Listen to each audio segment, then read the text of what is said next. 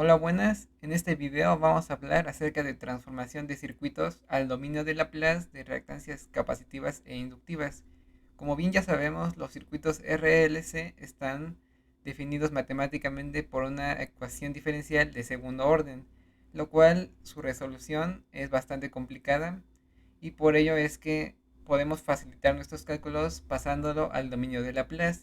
Hay dos maneras de resolución. Una es este método, pasando el circuito de un circuito normal a una transformación de un circuito RLC. O el otro método es aplicar directamente la definición de capacitancia e inductancia en cualquier método de resolución de análisis, ya sea método de Kirchhoff o método de nodos. En este caso, nosotros nos vamos a guiar de la reactancia. Nosotros sabemos que la reactancia es 1 sobre j omega c. Y si nosotros transformamos de Laplace j omega, nos quedaría S en Laplace. Por lo tanto, sustituyendo eso en la ecuación de la reactancia, obtenemos 1 sobre SC, lo cual nos dice que del dominio del tiempo al dominio de Laplace nos quedaría esta transformada. Pero como en los circuitos RLC, su principal característica es que tanto el inductor como el capacitor pueden almacenar un tipo de energía. Por lo tanto, normalmente tienen un voltaje o una corriente inicial. Suponiendo que ese voltaje inicial en el capacitor sea cero, la transformada únicamente sería 1 sobre SC.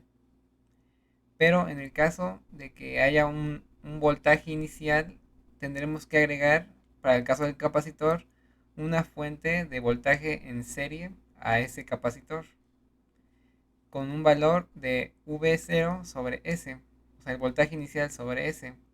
Esto se obtiene al transformar V0, porque como sabemos, la transformada de una constante es la constante sobre S. Entonces es esto.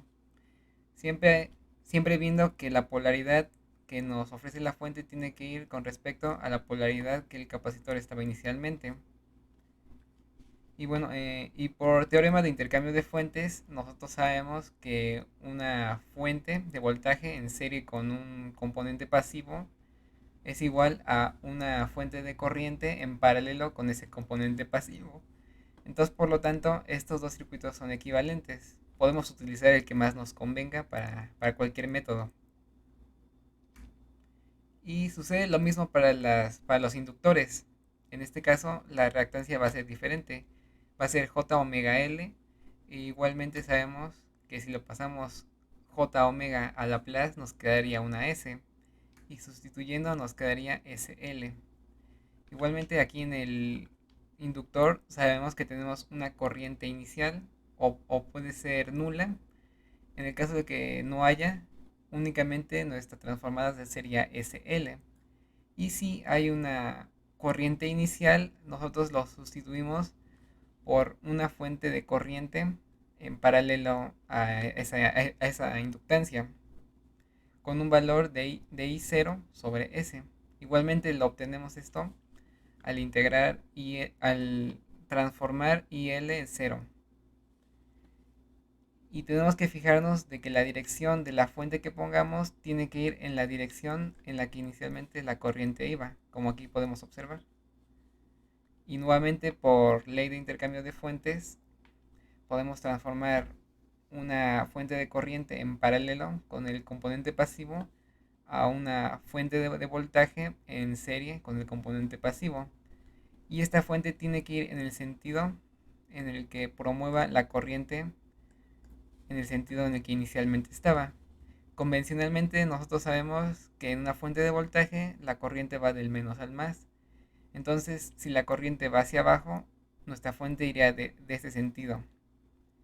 Pero si la corriente inicial del inductor fuera, por ejemplo, hacia arriba, la fuente tendría que ir el más arriba y el menos abajo. Bueno, vamos a ver aquí unos pequeños ejemplos acerca de la transformación del dominio de Laplace. Aquí nos dan un circuito inicial con valores iniciales ya dados. Entonces nosotros vamos a transformar esto a Laplace, recordando nuestras transformaciones. En este caso primero lo vamos a hacer con fuentes de voltaje y luego con fuentes de corriente. Y bueno, algo que no hemos dicho es que la fuente de voltaje con un interruptor van a simular una función escalón. Una función escalón gráficamente se puede ver como al principio aquí, ahora 0 volts porque está cerrado. Entonces en este punto hay 0 volts. Si lo graficamos, veremos únicamente una línea, pero en el momento en que cerramos el circuito, veremos un pico de 12 volts que serán estables. Entonces esta función se le llama una función escalón y matemáticamente está definida por u de t menos un desplazamiento a. Y si transformamos esto en Laplace, nos quedaría esto. En este caso, como a es 0, nuestra transformada nos quedaría e a la 0 sería 1 sobre s. Entonces, a partir de eso, nosotros tendríamos que multiplicar el valor de la fuente por este 1 sobre s. Y bueno, entonces, transformando todo lo demás, la fuente nos quedaría de 2s, por lo que ya vimos de la función escalón. Las resistencias se quedan de la misma manera. El capacitor, como tiene un valor inicial de 6 volts, utilizando nuestra transformación, sabemos que 1 sobre S, C es un valor, C es 1, entonces 1 sobre 1, 1, entonces nos queda 1 sobre S. La polaridad inicial del capacitor es más arriba y menos abajo. La dirección de la corriente en el inductor es hacia abajo. Entonces nuestra fuente tiene que ir del más al menos. En este caso así la colocamos. Y el valor de nuestra fuente es V0 sobre S. V0 es 6, entonces nuestro valor equivalente es 6 sobre S. Y en el inductor, como la inductancia es de 1, entonces nos quedaría 1S. Lo dejamos aquí en S. Y la fuente equivalente del inductor nos quedaría en dirección hacia abajo, de manera que la corriente se promueva en la dirección inicial. Entonces, ahora sí, calculando el valor de la fuente, nos quedaría L, que es 1, por I0, que es 2. Entonces nuestro valor de la fuente sería 2. Y así nos quedaría nuestro equivalente, utilizando fuentes de voltaje. Y utilizando fuentes de corriente nos quedaría de esta manera. Lo único que tenemos que hacer es poner una fuente de corriente en la dirección que promueva, en el caso del capacitor, el voltaje, y en el caso del inductor, que promueva la corriente. Aquí vemos que el valor está dado por C, V0, C es 1, V0 es 6, entonces el valor es 6. En el caso de la fuente de corriente del inductor es I0 sobre S, I0 es 2, 2 sobre S.